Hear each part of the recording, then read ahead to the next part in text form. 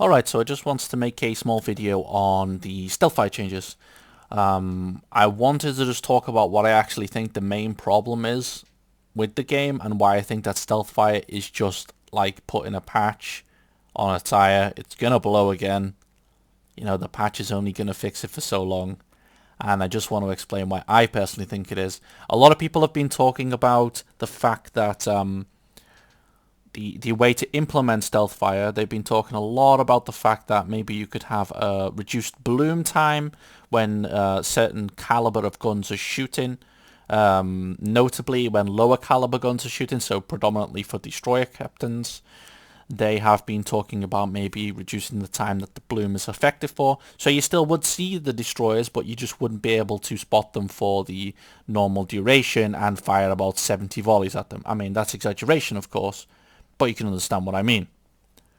I want to take a little bit of a different approach, actually, and I want to talk about what I think the real problem is. I honestly do believe that the real problem is the rock, paper, scissors type of system that Wargaming have in their game, and the fact that they do not really do very much to educate the players on this system and, you know, on your role in the game. When people come to World of Warships, including myself when I first came into World of Warships, I went down the Japanese battleship line and I was a joke because I didn't understand that in a Japanese battleship I should consider in the majority of cases to be keeping, you know, at least half of my range, if not 3/4 of my range of my weapons. That's the sort of range that I want to be keeping away from other ships. I did not understand this, and I went in like, I suppose I believed that I was a tank, which of course battleships are tanks, but I went in almost like a frontline, almost like I considered myself like the leading ship, the destroyer. I went in first and was like the tank. I would go in, I'd get a lot of focus fire on me, I'd try and get as many big hits on enemies as I could. I'd usually die pretty quickly, wouldn't get such a huge amount of damage because of course I would get focus fired for my decisions, and I would die. Now, only after me learning through getting my ass kicked did I slowly and eventually start to learn that actually there are situations and there are ships really that shouldn't do that sort of stuff. But I never got any help. I never got any tutoring and any help from Wargaming with this. I don't really believe that Wargaming do anything really to teach and to educate their players on how to play their class. And you will know how frustrating it is when one or two players in your team decide that they are going to play a certain class, but they decide that they want to play it just awkwardly, just very strangely. You'll see destroyers who are afraid to go onto caps for whatever reason it may be. You'll see, you know, cruisers who may have radar and things like that, but they're not willing to put themselves in positions where they can support other destroyers and radar for them and things like that. You just see a lot of stuff and you're thinking to yourself, why is that guy doing that? Why is this guy... And this is where the whole potato thing comes from, because people will do some things and they will, you know, they will be called a potato type of situation. I just really wanted to try, and even if only a couple of people watch this and a couple of people understand my point of view, I want to try and just help the situation and maybe open, if I'm very lucky and somebody from Wargaming or something like that actually does see this video, I just want to help them to understand that really the changes that are being made, and you know, we noticed this when they made the changes to captain skills. We noticed how the introduction of RPF, we noticed then that things were being made a little bit noob friendly. It was like, if you can't understand how to deal with enemy destroyers, put this skill on and you're going to know the general area of the enemy destroyer so you can just charge them. Pretty much. I mean, of course, that's not exactly how it works. Now, of course, The community had an outcry over it. Wargaming still chose to implement it. And now I think that most of the community has just given up and accepted that it's just part of the game. And if you're being located, you're being located. A lot of destroyers choose to use this skill, I can imagine, depending on your nation, of course. Cruisers, some cruisers use it. If a battleship's using it, I think he's a little bit stupid because he's wasting quite a few points. But hey, your choice, you do what you want to do. But when that was implemented, I was worried, and quite a nice guy, a Twitch streamer who I watched until he stopped really streaming, he noticed and he made comments on the same thing. He just felt like the changes were being made to help the potato, that guy who doesn't understand how to play the game correctly, but he's brute forcing his way through the game. And really, now we're in another situation where the same thing is happening again. The average Joe battleship player does not understand how to deal with stealth fire. To a similar degree, the cruisers, again, if they're not stealth firing themselves, they don't really know how to help the battleships deal with somebody who is stealth firing. How to get closer to the enemy, because they won't be stealth firing forever then. They will eventually be detected and could put themselves in a vulnerable situation. But really, nobody really knows how to deal with the stealth fire.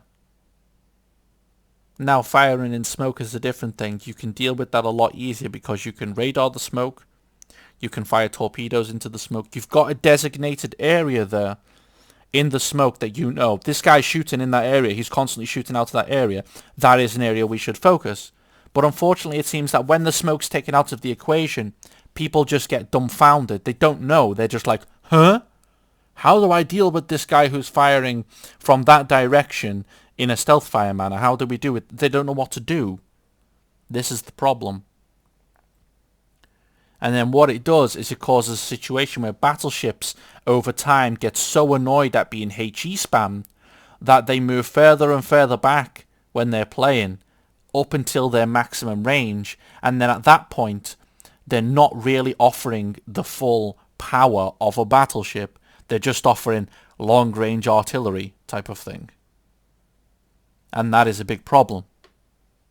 And, and then cruisers get frustrated because they're not getting the backup and protection of a battleship. And then cruisers end up moving further back because they're scared of getting destroyed by enemy battleships. So it becomes a situation where everyone's becoming so disjointed because they all don't understand their roles correctly that everyone just sort of sails around and does whatever they want. And then you get a lot of toxicity, you get a lot of BBs are crybabies, you get a lot of, DDs are crybaby, I don't know, anything's a crybaby. And then you get the non-existent CVs. Now, CVs could really solve the problem. If more people played CVs, that would actually solve the problem. Because if somebody's shooting you, the majority of times a CV is going to have his planes in the middle of the map, reasonably close to objectives. So if somebody wants to sit near that objective and they want to try and stealth fire you, they've got planes to consider as well as the enemy. They have another layer to consider. If a DD wants to stealth fire you while he's capping or while he's around the cap area, an enemy, if you pull your airplanes there, if you pull your fighters over there, he ain't going to be doing much stealth firing, is he? Because he's going to get detected and he's going to get his face melted. But because CVs are in such a poor state right now, we've lost one component of this rock, paper, scissors. So I don't honestly believe that the stealth fire is a good idea. That the stealth fire, taking out stealth fire completely is the way forward. I believe that it's exactly like RPF. It's another way to make the game more arcade, more noob friendly. I don't know. I've never been on a battle, I've never been on a ship that's fired guns. I don't know whether you can see where the fire is coming from guns all of the time in a war situation. I could not tell you this, but I can tell you something. I don't really think that without some form of radar, without some form of Hydra, without detection systems, I don't really think it's so fair that destroyers especially, and cruisers of course will be affected by this, but destroyers especially are getting hit so damn hard here because people do not understand how to deal with that situation. And so Wargaming just said, our community doesn't know how to deal with it, let's remove it. That's my opinion. That is my opinion. I very much, I doubt that people are going to watch till the end. There's not much gameplay, there's just the image, of course. You know, if you did, thank you a lot for watching. I just really hope that they consider to actually just start to educate their players better. That includes me. I'm always open to learn. I watch Flammer's videos because he's very knowledgeable with the game. I'll watch Notta, I'll watch, iChase. I may not watch them because I enjoy them on a personal level, but I watch them because I know they know what they're talking about. And if Wargaming is not going to use the talented, gifted players that they have in the game to help other players learn how to become, good, if not, as good as those players, if they're not going to use those talented individuals who put so much time into YouTube videos and who do this, then really what can they expect from the average guy who's coming from other games to come into probably the very first Battleship, Warship style game that they've ever played? How can you expect those guys to come in and understand the fine balance between this rock, paper, scissors that you want to have? I just hope that they can fix this. I hope that they maybe could consider working with some, like I said, some of the better players, I suppose, some of the players who understand the game. I just wish that Wargaming would work with these, would maybe take them on and design a tutorial system, or take them on and design a video series, or whatever it may be. Incorporate it into the game, do something, because something needs to change. People need educating more on the game. And you can't just go, oh, this isn't working well. Oh my goodness, people don't know how to deal with torpedoes. Let's nerf the shit out of torpedoes. Oh my goodness, people don't know how to deal with stealth fire. Let's nerf stealth fire. You can't just do this. You can't just chop mechanics and chop features out of the game all the time. It's just going to kill it, and it's going to turn it into a situation where you're always just rolling a dice to see if you hit the 6. That's all you're ever doing. There's no skill, it's just going to be luck eventually. And that sucks, really. That sucks a lot. Thank you for watching anyway, anybody who has watched. I hope you can understand what I was saying. I'm sorry if I've blabbed on for too long. And I'm just your average Joe guy. 50% win rate, nothing special. So I hope that you guys have a nice time in World of Warships. I know that personally my destroyers will be getting a bit of rust in the port for at least the first patch when these changes are implemented. But let's see how it goes. Thank you guys.